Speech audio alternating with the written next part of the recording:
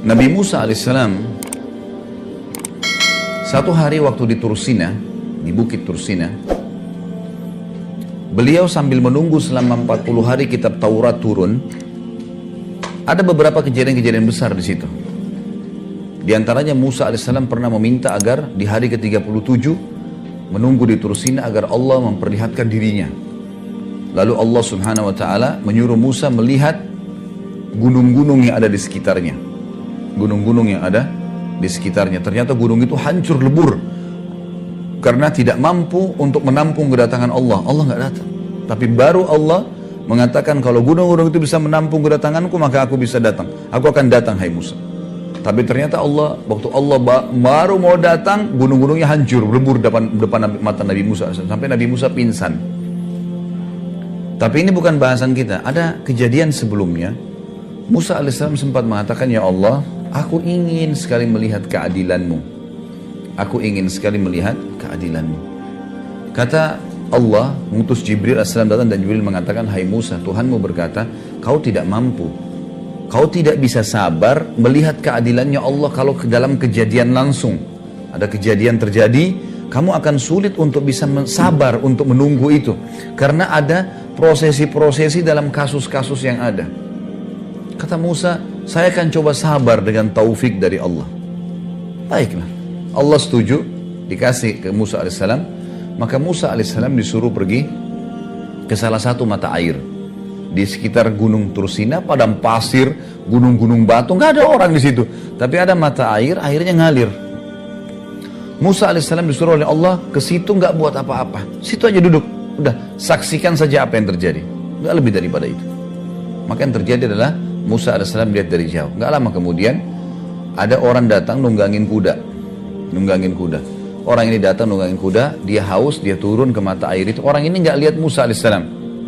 Musa alaihissalam di tempat yang tersembunyi. Maka Musa alaihissalam melihat orang ini turun, minum air. Ternyata di pinggang sebelah kirinya orang ini ada kantong isinya uang. Ya. Cukup banyak.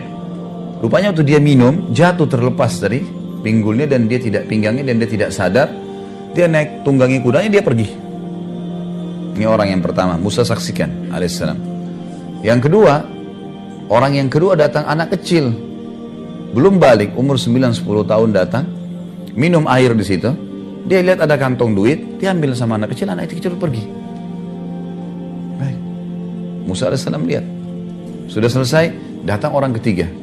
Orang buta matanya sudah tua. Datang, dia dengar suara air, dia mampir, dia minum air di situ. Dia wudhu mau sholat. Tapi Allahu a'lam, ini riwayatnya memang dikatakan mau sholat. Bagaimana sholatnya dulu mereka di zaman Nabi Musa alaihissalam, Allahu a'lam ini. Apakah sama dengan kita sekarang, jumlah rakaatnya, kan namanya kita nggak ngerti. Karena nggak ada penjelasan. Yang penting di zaman dulu ada sholat, gitu kan. Baiklah, orang buta ini wudhu mau sholat. Ternyata orang yang pertama tadi penunggang kuda kembali. Dia tanya si buta ini, kakek tua, kakek buta, kamu lihat gak duit saya di sini? Saya buta, mau lihat apa? Kamu pasti ambil, kamu pasti lihat, karena tidak ada orang lain. Ini padang pasir, pasti kamu yang ambil. Enggak, geledah aja barang saya. Enggak, saya nggak percaya. Cekcoklah dua orang ini sampai penunggang kuda membunuh dia. Si buta dibunuh. Dia lihat kiri kanan tidak ada orang. Kemudian dia naik tunggangi kuda, dia pergi. Dianggap sudah uangnya hilang. Baik. Sekarang kira-kira menurut kita ini, ibu-ibu sekarang di sini, siapa yang salah, siapa yang benar nih? Dalam kasus seperti ini. Musa alaihissalam saksikan ya.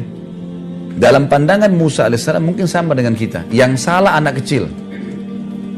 Kenapa? Karena kalau anak kecil tidak ambil duit itu, nggak terjadi sih ini bertengkar, ini membunuh kan?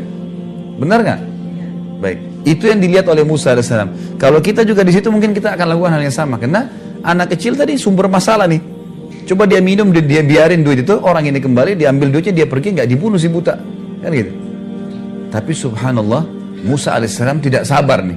Kok ini ribut, ini bunuh, ini pergi, selesai. Anak kecil itu enak saja main pergi. Datang Jibril, dia mengatakan, Musa mengatakan, ya Allah, saya nggak bisa sabar. Turun, Jibril alaihissalam mengatakan, hai Musa, Tuhanmu mengirimkan salam padamu dan mengatakan, memang kamu tidak bisa sabar. Kau tidak akan sabar. Kalau mau melihat, mau menilai keadilan Allah sulit. Baiklah, Tapi ceritanya seperti ini, hai Musa, diceritakanlah. Yang benar dari 3 orang itu, si anak kecil. Justru yang dianggap Musa salah, itu yang benar. Gimana ceritanya, kata Musa alaihissalam? Kata Jibril alaihissalam, kita bicara sekarang tentang ayahnya si anak.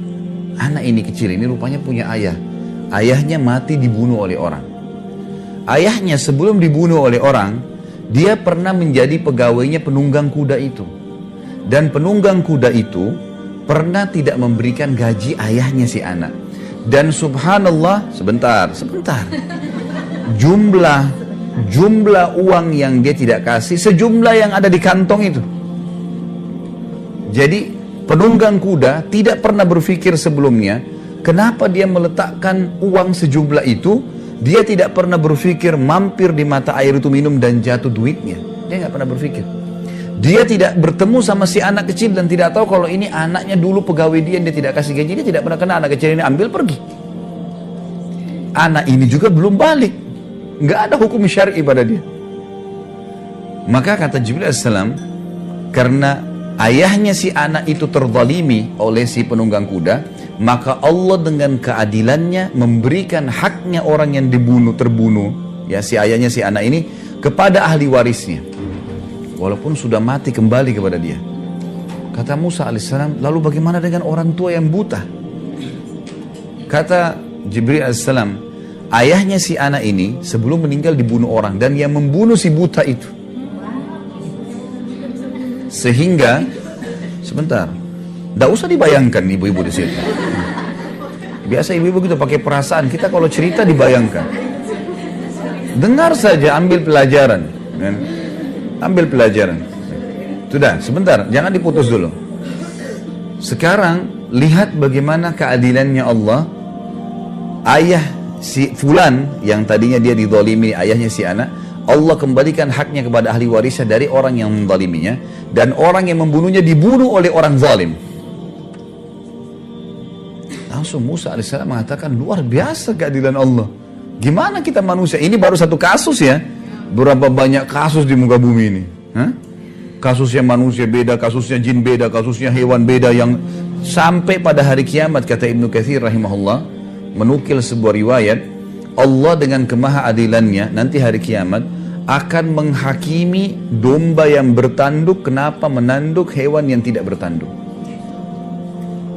Hewan Allah adili nanti dengan keadilannya. Apa yang kita bisa ambil dari kisah ini? Kalau semua kita di bawah pengawasan Allah Sang Pencipta. Maulaya salli wa sallim